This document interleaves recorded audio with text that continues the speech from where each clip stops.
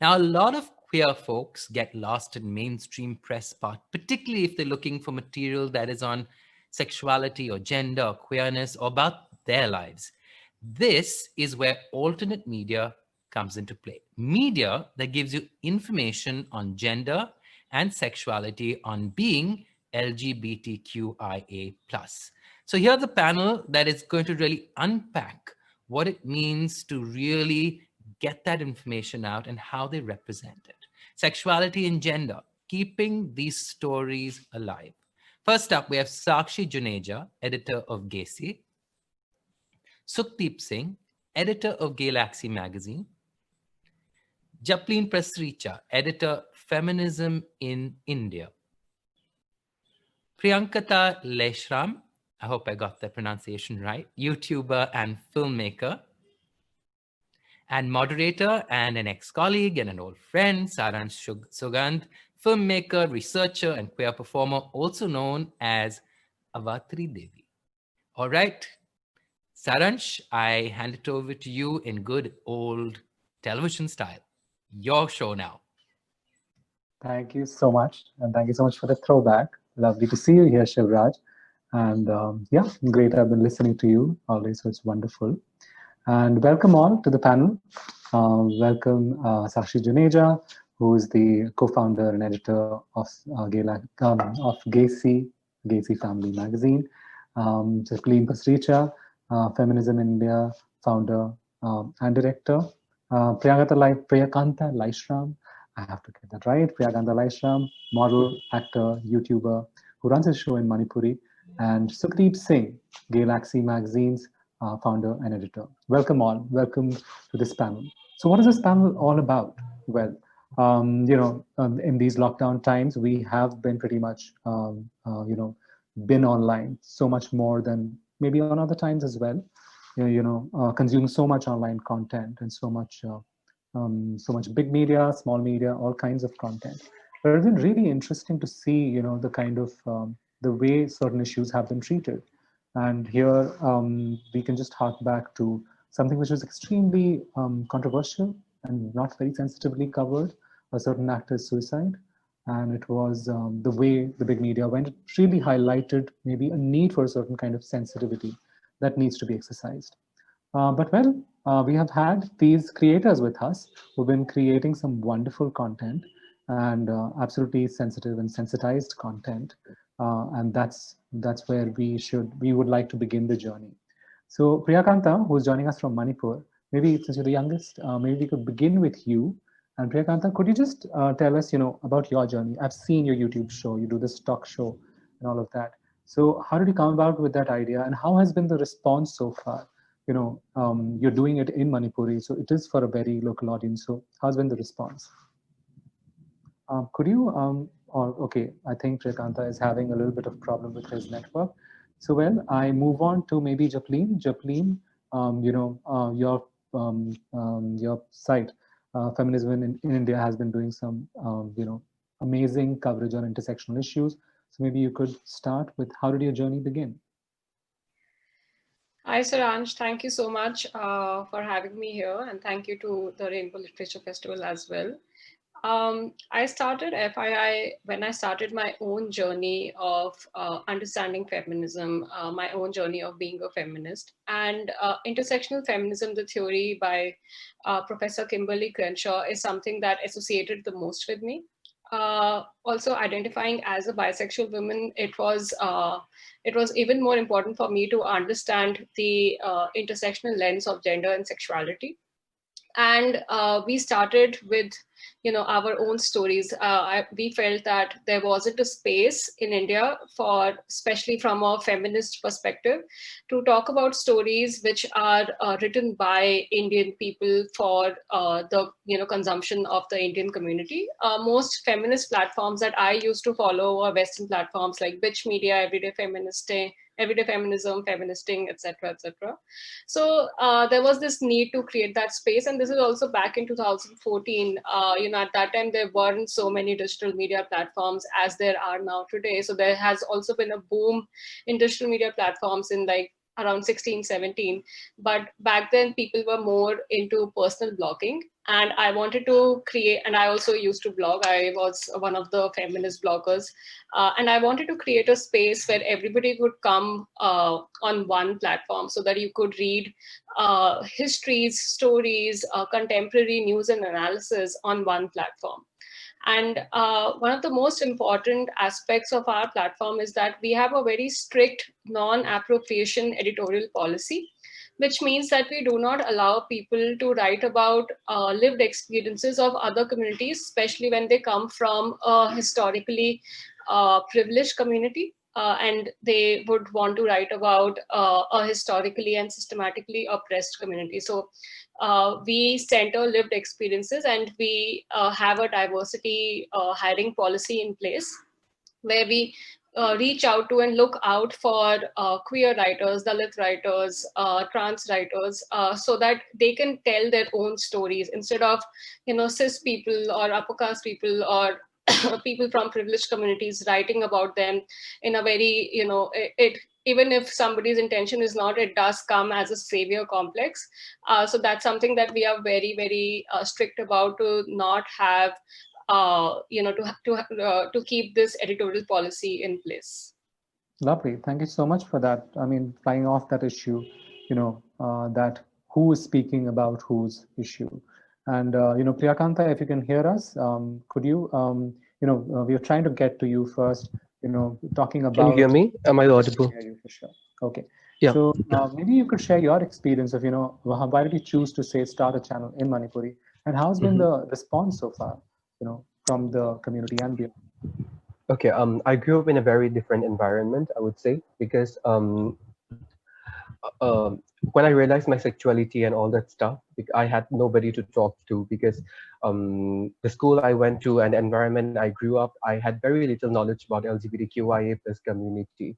And when I went to Chandigarh to pursue my 11th and 12th standard, that's where I realized and where I came to know about my sexuality. There I met a lot of, friends from the queer community, from LGBTQIA plus community. That's when I came to know about my sexuality, and that's when I came to know about the real scenario of what LGBTQ community actually is. Because while I was in Manipur, you know, uh, I used to hear stories about it. We were about the transgender people, but we were not aware about the gay people or other form of alternative sexualities and all.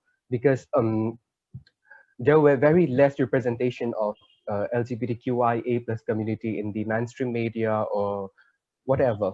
So at the time, when I came back to Manipur after 12th standard, and I was already making films before that as well. I was making social issue-based films, and I came to know about this LGBTQIA stuffs and issues, and when I finally started to come back to films again, and I was thinking to make something which is special to me. So I wrote this script called "It's Not My Choice," which was based on transgender issues, and that film got selected in international and national film festivals and all those stuffs. And after that, people started trolling me, and I was trolled so badly in Manipur. Like not once, not twice, but I've been trolled several times in Manipur for making films on transgender, for making films on child sexual abuse, and for making videos on gender neutrality. And it was not it was not sweet. It was a bittersweet experience, I would say, but that didn't stop me, because that I had that desire in me to fight for my rights, and I wanted to show something to the people that yes, we exist. And my stat is very unaware about these issues, and I really wanted to show them, and I really wanted to tell them our stories to them through my videos, through my movies, and through my talk shows and like that. That's why I started including LGBTQIA points and issues in every aspect of whatever I do. Lovely. Thank you so much. And I can fully understand, the stigma that it is, just referring, I come from a small town, Jamshedpur. and I have lived all my life in Bihar. I grew up there. And then when I start performing as a queer performer, then I can't take it so easily, my performance, back to a small town, because there's resistance over there. So yeah, but it's kudos to you. It's an amazing thing that you've done at your age, that you've just gone out and taken the media and put yourself center with the issue. So lovely. Thank you so much, Priyakanta. Sakshi, I think you will be leaving us a little early. So I will be asking you two questions. If you can talk about the journey, of course, the beginning, but also the question is that, when we begin, it's great to begin, but then how do we sustain? That's the bigger question. And how do we kind of, look for sustenance? So maybe you can touch on both these issues, Sakshi. You're muted right now. Sakshi, you'll have to unmute yourself, please. When you're on a holiday, you kind of forget all these basic norms of using video platforms now. I'm sorry, I might even cut off because I'm in a jungle somewhere with family. So to begin, I would say, to me, I mean, I started Gaysi back in 2008. It was basically when I came out to family. I mean, I've been out to myself. I can't even remember from when, but I came out to the world at large, I would say, in 2008. And it was a very, what do I say, a very grounding feeling. The minute I came out, I just wanted to surround myself with queer people. And it was not necessarily about, being in an intimate space or being in a relationship as such, but just surrounding myself with queer people. And I'd lived almost 8 years prior in Sydney. I had done my education there and all. So I came out and I just wanted to surround myself with queer people. Unfortunately, at that time, I couldn't find much spaces offline. So I Googled, and I realized that if I need to be in a space like that, and if I can't find one, then I might as well create one. And that is how I started Gaysi, along with a couple of friends. And I mean, just like Japleen over here, I come from a blogging background. I started blogging the very early stage of social media, I would say back in 2007. So I had a good blogging experience. So we started a multi-author blog called Gaysi, and that's where the journey basically started. Because when I went online to find queer content, and primarily lesbian content, I would find plenty, but again, not in a relatable fashion, because not much in Indian context was there. So there was a lot, but not in Indian context, and that is something that I could not relate to. So in order to find more relatable experience, I started Gaysi with a couple of friends back in 2008. And then it just grew organically. To be very honest, it has never been anything that is planned. The primary purpose even today is just to put as many queer narratives out there. It started for lesbians, moved on to a little bit of queer women, and then it just grew. And today, I mean, there was a time when we used to say sexuality is fluid. Today, gender is fluid. So I think we just try and put as many narratives out there. In terms of sustainability, I think I can write a thesis on that. In 2013 is when I and Priya, the Gaysi's founder, so we basically decided to form a company, because we wanted to see if, not in terms of commercially profitable, but in terms of how it can be commercially sustainable, because we didn't want to put more money out of our pocket and things like that. So we said, all right, let us try. So we both put in some money. We started this company and decided that every project that we do under this company, under the Gaysi label, it needs to sustain itself. And then we kind of navigated that space, doing offline events, ticketed events, trying to put in. So the money that came from the offline events eventually went to the content that we were creating. Like Japleen said, I mean, we started Gaysi in 2008. There was nothing like it. And then 2012 is when we started with events. 2013 is when we formed the company, with no idea of where the money would come from and all that. So that's when we realized that it's best to do offline ticketed events and let that money go back into the company to take care of all the digital content, because that was our prime product anyways, the website. And so put in all the money over there. And it took us forever to figure out how to monetize digital content. I mean, we are still figuring it out. But we've been fortunate, I would say. In fact, I guess it's also because Priya and I also come from a very privileged space, right? We never had to really worry that Gaysi needs to provide us with our bread and butter. So that was taken care of. It is something that we did on the side. I can't say it's a hobby, because we put in a lot more time, effort, energy, emotions into it to say it's a hobby. But it is something that we really pursue passionately. But we know that it is still not a place, a space where we can, it does not monetize well enough for us to take care of our needs, but at least it is monetizable or sustainable enough to take care of everything that happens under the banner, and we don't need to put in any more additional money from our pocket. And the money then, so the cycle is that the money then flows just in the community space, and that is our prime goal, to be honest. So is there a large team or is there a small team? In fact, I'm not the editor. I do everything else but the editing part of it. We have Joe, who identifies as non-binary. They have been digital editor since 2017. And then we have Priya Dali, who looks into our art direction. And then we have a couple of other people, Anushka, Siddhi, Niyati, who jump in as and when projects are required. So we are not a brick office space, AC office space, as many people would like. I mean, I would want one day it's like that, but it's not that. We work out of coffee shops, we work out of our homes. I think what drives all of us is that we are just very crazy and very passionate about the space. And I think that is something that most of them who are part of this panel also have in them. We have to be a little crazy to do things like this. Otherwise, we could very well just do in our 9-to-5 job and have a more simpler life. I think we just need more. Absolutely. Thank you so much for sharing that. And relating that experience to what Sukhdeep had earlier shared, which was that so I know from him that he is there in a day job as well and trying to work with Gaylaxy. And just for viewers, he had founded so much like say Sakshi, he had formed started taking out the newsletter, so to say, back in 2010 when he was still in college.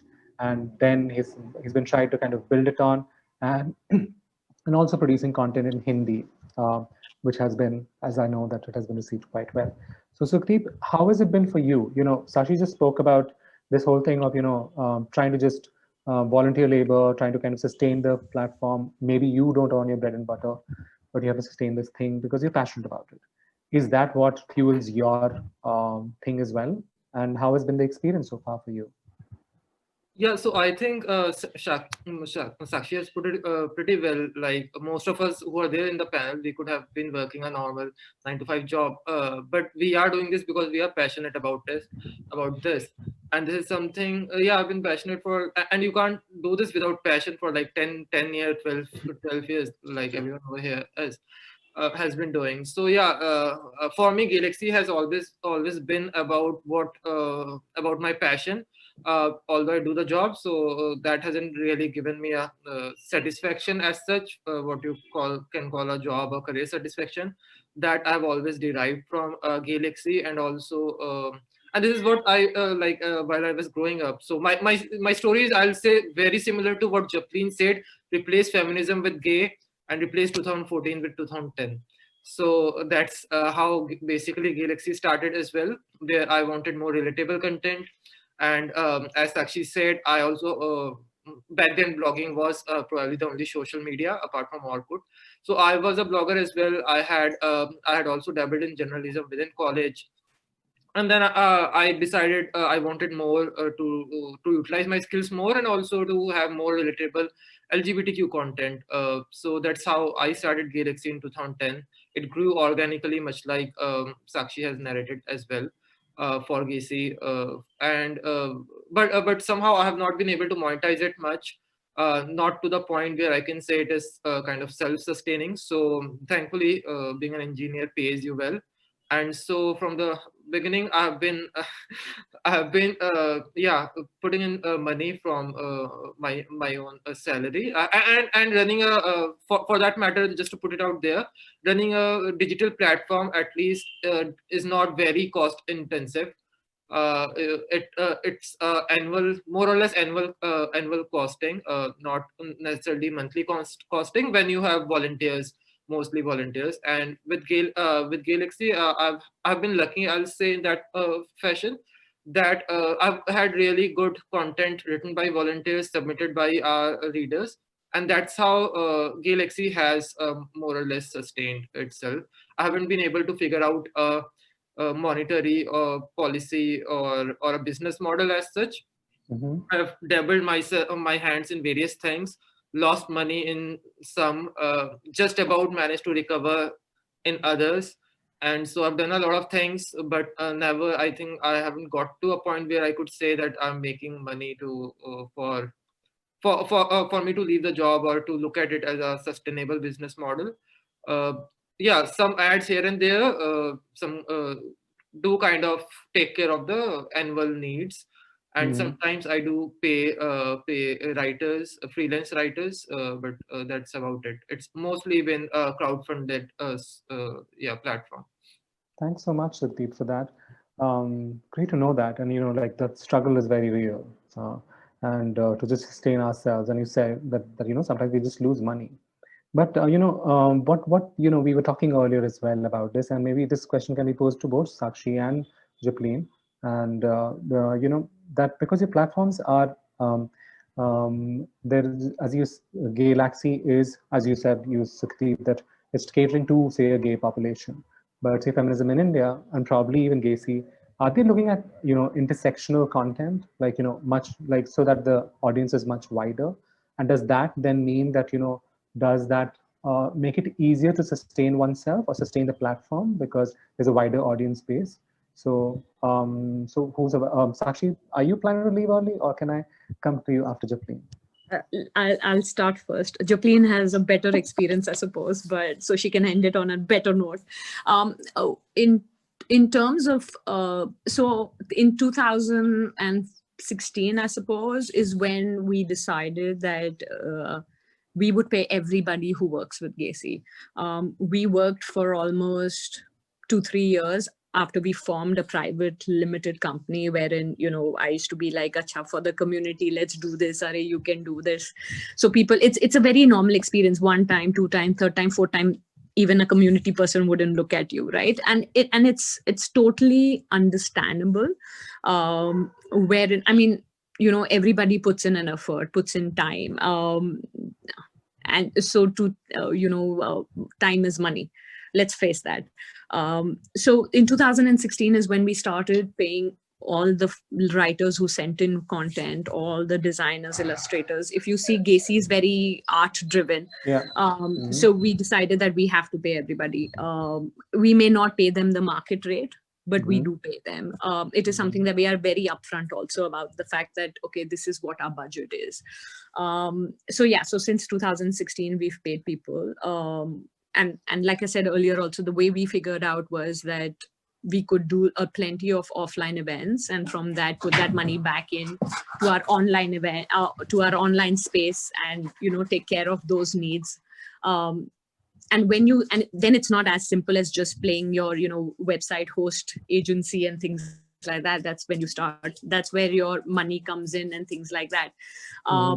Then later on, again, we were, we then came out with Gaysi Zine in 2012, and we got a very good response for it. Then we decided that, and what we also realized is that our content was not only consumed by queer people, but non-queer folks as well. And they were drawn to it for XYZ reasons, whether they were interested only in the art of it, it looked good to them, they were collectors, etc., etc. And eventually what we realized is that as much as we would want to say it, but the, the community loyalty towards supporting queer businesses is still not reached. I mean, the sensibilities have still not been adapted as such what you see overseas, where they have very strong community loyalty. Money really.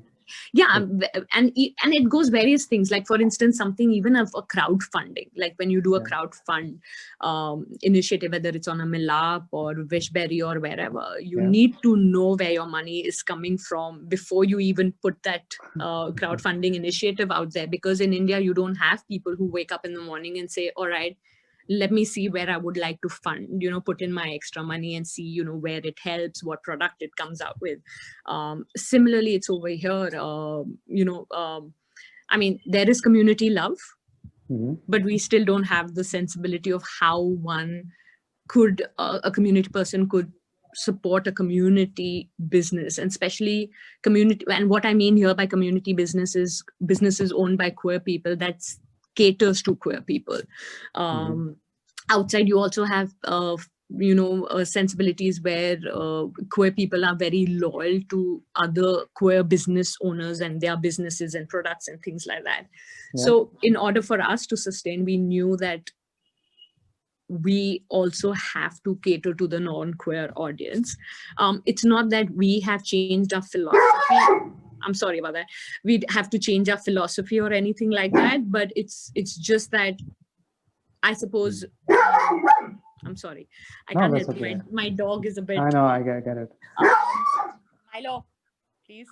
So yeah, so I mean, I don't know whether it's by luck or fate or whatever, the content that we put out there was equally appreciated by non-queer folks as well, and that's where we started actually monetizing our content with our magazine, with our events and things like that, and then eventually it led to brands coming to us in the last 3 years, I would say in 2017, where they wanted to partner with us in not only, and we don't basically take queer content or take content from any brand as such and just put it out there on our platform because we have that reach. The kind of work that we take on is where we put in an effort in creating that content with the brand and then putting it out through our channels or their channels. So that's the only way we realized that we could monetize. All right. Thank you so much for that, and that's detailed kind of on detailed note on the way you have been going about it. So Japleen, over to you, and I will just bring in this point over here that so in the search for audiences or in search for reaching out, do we have to sometimes look for content which speaks to a wider audience and which may be slightly clickbaity but not entirely, slightly provocational? Japleen, over to you. Yeah, thank you, Sakshi. I think I'm going to first of all agree with a lot of points that Sakshi has said and then detail into our business model. So FI is now my full-time job. I don't work anywhere else, and that has been since 2017. For us, the first, it's not a business model, but we cracked grants. And that I think was really lucky for us, that because we also, our work is broader, and we are not only a LGBTQ plus magazine, but we are a feminist magazine. Because of that, we were able to cater into women's organizations and women's funds. So we were able to get grants and funding from that space.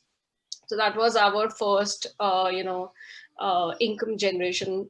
Then, as Sakshi said, we also work with brands, and not just brands, we also work with NGOs, with startups, CSRs, any kind of entity on issue-based campaigns. So our business model has mostly been digital. We have not yet tried ticketed events, and I'm listening to Sakshi, I think I would definitely want to do that after the pandemic. But for now, working with brands on what we call as digital advocacy campaigns is something that's working for us. We are also very clear that we will not just put out the brand's content out there. So like if let's say a shoe brand comes in and say, hey, we want to promote our product, and why don't you just give us a shout out? That's something that we don't do. So we are very clear that it needs to be about an issue. So does this shoe brand support some kind of issue which is related to women's rights or LGBTQ rights or any kind of social justice rights? If yes, we will work with you. We will create a digital advocacy campaign that talks about this issue. Then what is the call to action? And mostly when brands like these, who have absolutely nothing to do with let's say product placement, they are mostly coming for building their brand image. So we did have a similar partnership with the sports brand, and there was absolutely no conversation about promoting their product, from promoting their shoes or sweatshirts or whatever. They wanted to build their brand image and come across as a feminist friendly, as a women friendly, as a LGBTQ friendly brand. And they had at that time a campaign going on where they were highlighting women and LGBTQ icons of India. So it was a completely issue-based campaign. And similarly, we also work with NGOs.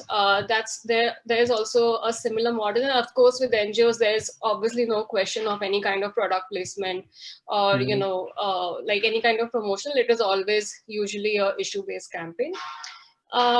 Now, and we are also trying other sources of income, but these are not as fruitful, I would say. So like, for example, doing workshops on gender sensitization, gender and sexuality for schools and colleges, or for other organizations. These have just been like smaller sources of income. I won't say larger. So I think for us, the larger sources of income have been funding and also these digital advocacy campaigns. And recently, FII was able to crack another round of funding from this organization based in Bangalore. It's called IPSMF, it stands for Independent Public Spirited Media Foundation. It is a funding organization that funds digital media platforms in India. So that's something that I would actually suggest both Gaysi and Gaylaxy to approach and see if that works for you. If you would, they fund public spirited journalism. So it's a very, it's a funding opportunity that is right up our alley, like at least the people who run digital media platforms here.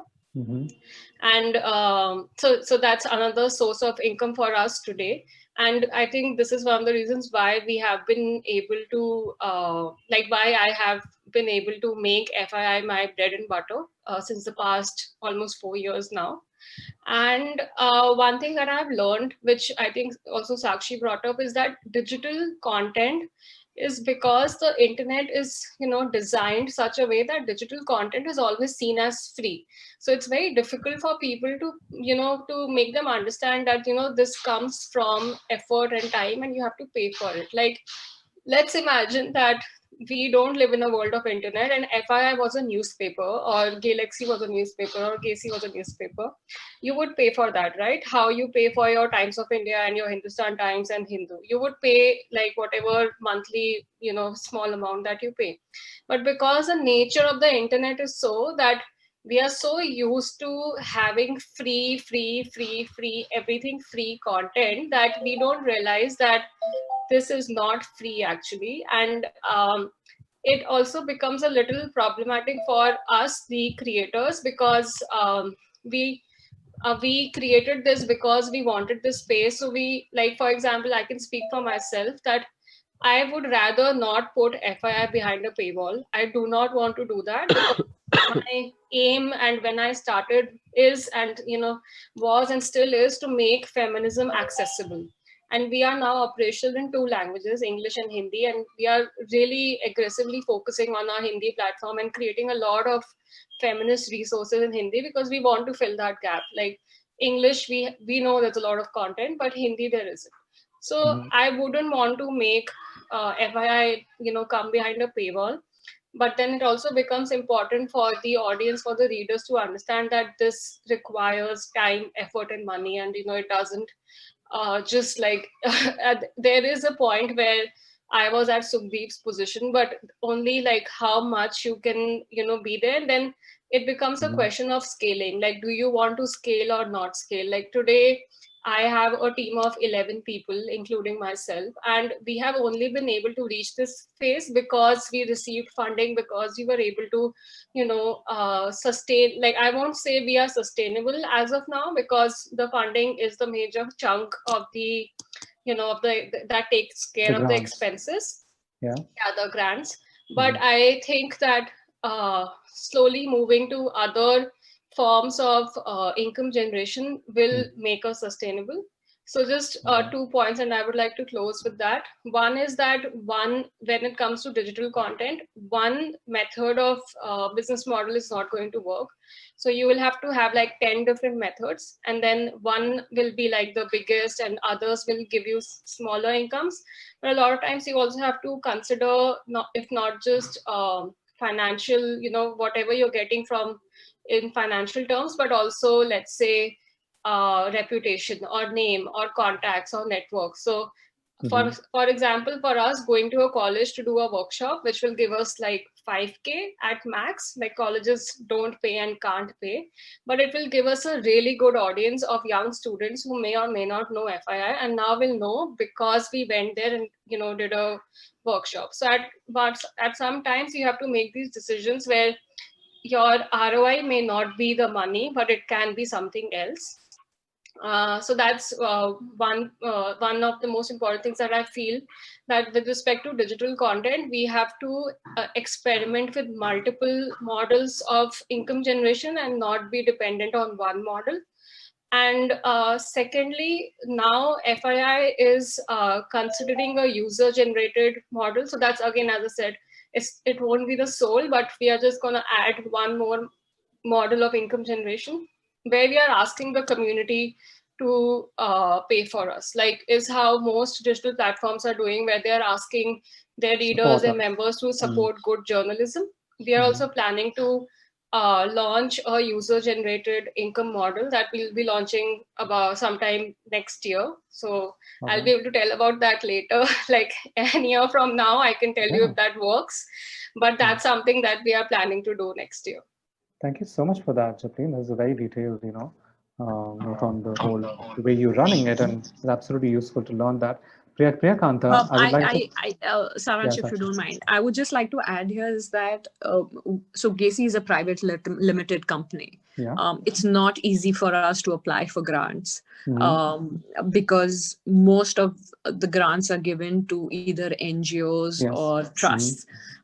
So many a times when we have, sometimes, not many times, but sometimes whenever we've applied for grants, it's been difficult. What has worked for us is working with consulates. We worked with the Canadian consulate, we worked with the British consulate, we worked with the American, we've worked with Quebec consulate. So that helps a bit. But also another thing that makes it, I would say, a little bit difficult for us to go for grants and that sort of funding is also because of our content. Firstly, we are not, we don't do ground activities, right? For instance, like housing, providing food, medication, and things like that. Ours is mostly just content, creating content, and ours is also a lot what one would call it a more pop culture-ish content. Like that is something that we've tried our best to create, because even through our events like Zine Bazaar and all, and not just about creating queer pop culture, Indian queer pop culture, but just creating Indian pop culture. Because when you think of pop culture, the very first thing that comes to mind is Batman, Superman, He-Man, etc., etc. We barely ever think of, which is unfortunate, but the fact is that in India you have so many other collectives, art organizations, individuals who are creating such fabulous content, whether it's textual content, visual content, whatever you may, it's varied. So we do a little more on the pop cultural part of it. So to monetize that sort of content is a little more difficult as opposed to sensitization and advocacy content. As I would say is a more subtle way of, sensitizing someone. It's like slapping them with it and them not even realizing it. But actually, I think that may be the way to go, because considering the way the laws and policies are going, maybe yeah, private. I mean, and Saransh, the fact is that that's what worked for us and has been working for us, and perhaps that's the reason why brands have approached us and worked with us. Because, I mean, let's face it, not every queer person wants to stand out there with a placard asking for rights. Everybody wants to contribute in whatever form they are comfortable, whatever their surroundings basically permits them, and things like that. So I suppose that's where our content is pretty much placed somewhere there. We can go from very sensitization and advocacy initiatives to something as simple, a plain story, where people find it relative, whether they are queer or not queer. There's some part of it that they can take away. So, I mean, today we are in a place again where it's not that we are not asking for sympathy. We are talking about empathy, right? You don't need to walk in my shoes to understand my pain. When I say I'm in pain, you need to understand that and take my word for it, right? And that's what we try to do with our content. Sometimes it works, sometimes we fail. We are also learning. Yeah, and the very fact is that this space is so evolving, it's ever changing. And with digital content, one needs to understand is that today borders are diluted. There is so much of content flowing, information flowing. We are all the time on our smartphones and things like that. I mean, today you have a 7-year-old who knows how to swipe right from baby days. So we are learning. We will make mistakes. There will be errors. One needs to be more empathetic about it and also understand where people are coming from. I think that is also something that the digital space really needs to take in. And I'm sure Sukhdeep over here and Japleen also over here would agree with me on this. The fact that it can be really brutal. People can be so volatile in their reaction, sometimes rightly, sometimes not rightly, but empathy. I mean, the fact is that we all will learn, we all will make mistakes, and the fact is that as long as we learn from it, it's good. So yeah, so empathy is also something that I hope the community space puts out for us digital creators over here, content creators over here. Sakshi, so thank you so much for that, because on that note, of empathy, I would like to bring on Priyakanta over here. And thing is that, you said earlier that there was a lot of trolling that you had received when you came back. And now that you're creating content, in Manipuri, and it's not in English so much, rather there's the English subtitle, but thing is that your effort is to largely reach to Manipuri audience. So what is the immediate reaction right now? Do you see that changing perspective within the community and outside the community? And do you want to kind of widen your audience base as well? Do you want to go to, say, a larger Northeast, Northeast LGBTQ audience, and hence widen that? So what is your plan? Okay, Saransh. It's changing. I can say it's changing. If we're compared to earlier days, like earlier years, um, I want to talk about something first. Um, the reason I started making this digital content, the reason I started doing my own talk show, and the reason I started making films was also because while I grew up, like I said earlier, people were aware about transgender people, because in Manipur transgender people are everywhere, and we talk about transgender people normally, but we don't talk about the gay people, we don't talk about the lesbian people like that, because there are more representation for the transgender people. And there is also this art form called Sumang Lila, which is all the characters in that play, the male characters, the female characters are even played by the male artists, most of them by the transgender women.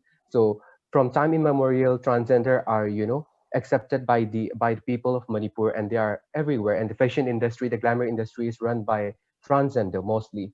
So we have very less representation of gay people, and even in Manipur, people generalize everyone in one box, I can say. Like homo is the word we use in Manipur. People call transgender homo, people call gay homo, people call lesbians homo. Homo is the word in Manipur. Like it's very misinterpreting and misrepresenting. That's what I wanted to change, because I had nobody to talk to, and I just wanted to tell my story, and I just wanted to share that the stories that matters to me, and I just wanted to spread awareness about it. That's why I started making films. I got trolled, but I came back stronger from the trolls, from the virals. And even this year itself, when I started my own talk show, I was trolled for the way I dress. I was trolled for the way I speak. I was trolled for the, the for my contents. I started talking about the LGBTQ issues and everything, and I got trolled so badly. For 2 months, I was trolled, and it didn't hold me back. Um, Mhm. yes, people trolled me, but there were several other people, like 100 people trolled me, but there are 10,000 other people, there are 50,000 other people who are supporting me. That's the sign, and um, that's the sign that people have started changing and people have started accepting contents that really matters. And not all people are, still orthodox, or not all people are still against these issues and against these stories. That's how it's changing. I can see the changes as well. And can you please pardon the second question? I'm sorry. Sorry. So the second part of the question was about how do you want to kind of, expand and maybe reach out to, now you said about Manipur and the reality of Manipur and why you have done it, but how to go beyond. So are you planning to go beyond that to the Northeast as such and reaching out and creating content like that? Mhm. Okay, like you said, I make most of my videos and films in Manipuri these days.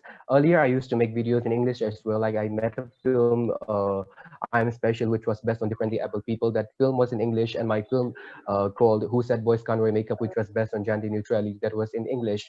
But my right now, my main motive and my main target audience is Manipuri people, my local people, because they still don't understand the concepts, the ideology of ours, and they still, are not aware about these issues. They still are not aware about the minority issues and all. That's why I really wanted to change their mindset first. Because if we want to change something, then I have to start from my own family first, then my family, my own society, and then we can go to the larger scale. That's my target right now. That's why I'm switching from English to Manipuri. That's why I'm doing my talk show in Manipuri. There's Uploads with Priyakanta Laishram talk show is all in Manipuri, like you said, but we give English subtitles. That's the reason why, because I really wanted to connect with my audience, my target audience. Mhm. Because if I change my locality, then I can change the entire society of Manipur. That's my mindset. And if you're talking about if I want to reach out to wider audiences, yes, I would love to. I would definitely love to do that Mhm. in the coming years, to the entire Northeast as well. But right now, I'm still a student. I'm pursuing my masters, and I don't even have this financial funding and everything. Nobody is sponsoring my shows and everything. I'm still. I started working while I was 17. I started working from that time, and the Wow. the revenue, the money I earn from whatever I work, wherever I work, I invest all those money in my videos, in my talk shows. So there were no sponsors. I'm investing all my heart and money in my talk shows, and I'm trying to change something, and you bring about a change like that. So yeah, I would definitely love to do once I get settled properly. Yeah, I would love to. Lovely. Thank you so much. And I really wish you all the best in your endeavor because it's really sound a brave one. And that's usually the starting point before we begin to kind of think, develop a strategy. But the passion is key. The why is important. On that note, I would like to get Sukhdeep over here. Sukhdeep, you have also now kind of extended to doing a film now. Congratulations on that. And I think today is the day when it gets released. So that's also kind of a visual content, digital content, links very much to identity too. So so then you also come from the Sikh community. So then, has it ever been about communicating for you also to a community? Ever was that ever the agenda? And now that you're making the film, that becomes even more pertinent for me to bring that up. So I Sukhdeep. think for any content creator, communication is the key. Like we are communicating to our audiences, Mhm. and whether it's through writings on Gaylaxy, or whether it is through videos or films, we are telling or sharing our stories, or we are trying to tell our stories to the world. And so it's always been about communicating to the audience or to the world at large. And that's also why, because the movie Rab De Bande, it's been very close. The story is very close to my heart. This is something I've been wanting to Mhm. forward to the world for a long time, and I've been working on this slowly for like the last 4 years. Mhm. And yeah, so it premieres today at 5 p.m. So it's always been about yes, telling your story, whether it's through movies or whether it's through Gaylaxy or through events, whatever it is. Yeah. All right, so lovely then. So I think Shivraj has popped up, which means that we have to wrap up quickly. But then before we go, I would just like to share each one of you quickly, if there's a message or if there was so much that we have discussed.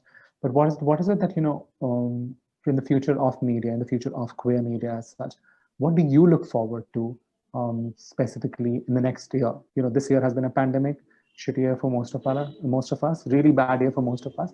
But what is your idea for the next year in terms of queer media?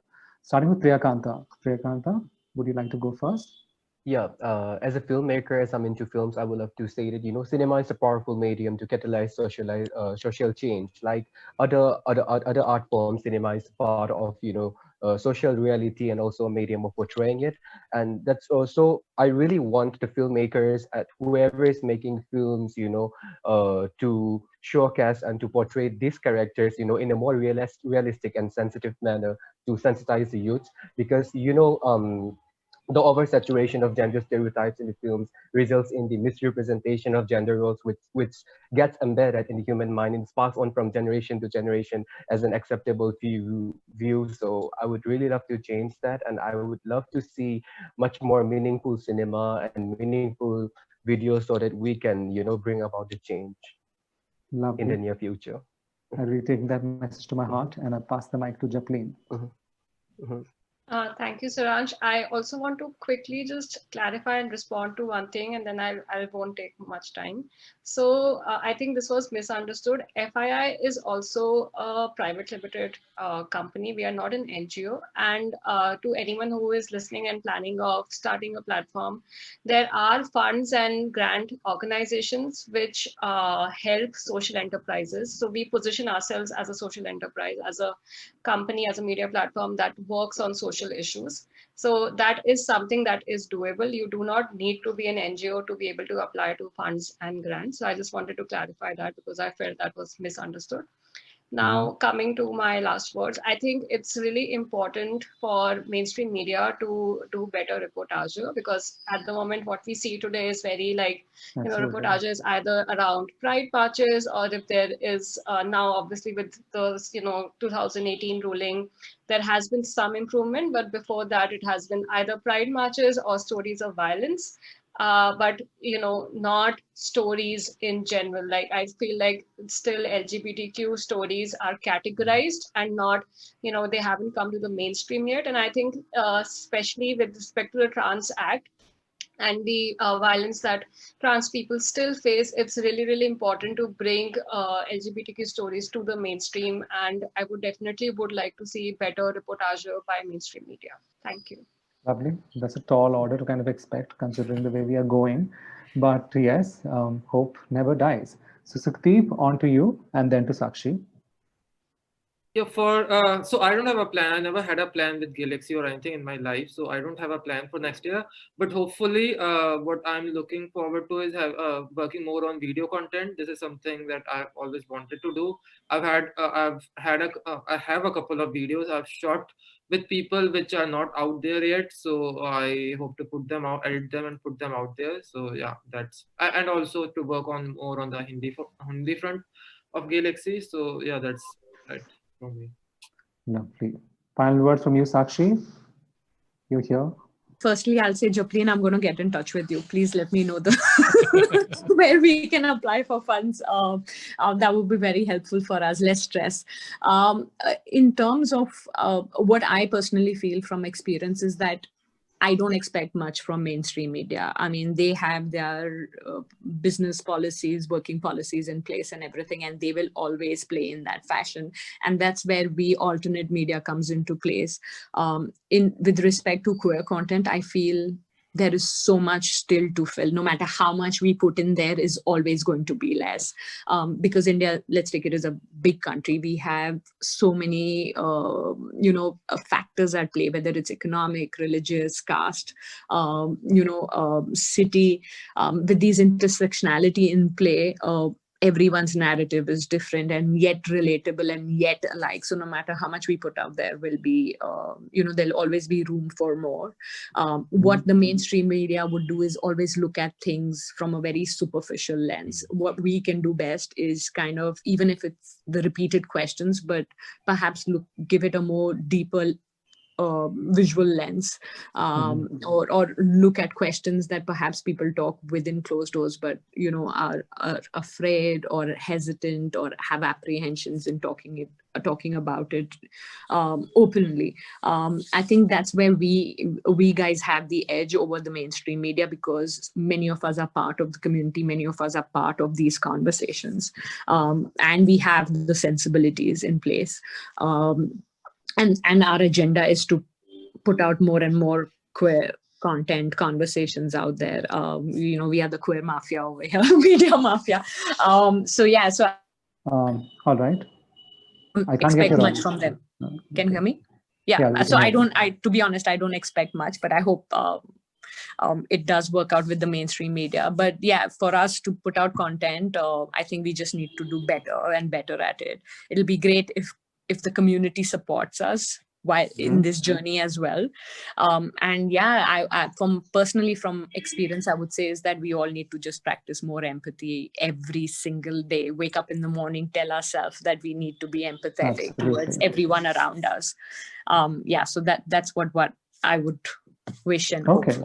The wish and hope is for more empathic listening, and creating content like that. But it's been wonderful listening to each one of you and learning, how to make these businesses grow, make these, and wish you all the best in the endeavors that you have. And wonderful listening. On to you, Shivraj. Yeah, well, Saransh, I mean, I just have to say that the panelists have all raised some very moot points, and in such a varied and vibrant and diverse set of content creators, quite a far cry, Saransh, from our time in the newsroom, where we were always shunted out in meetings and straitjacketed and told these are not stories they want to hear. So I'm so glad that there are people out there telling those stories, going deeper. Absolutely. And we have alternative options than just the mainstream media that you and I were straitjacketed in for so many years. Thank you so much, everyone, for that absolutely vibrant discussion.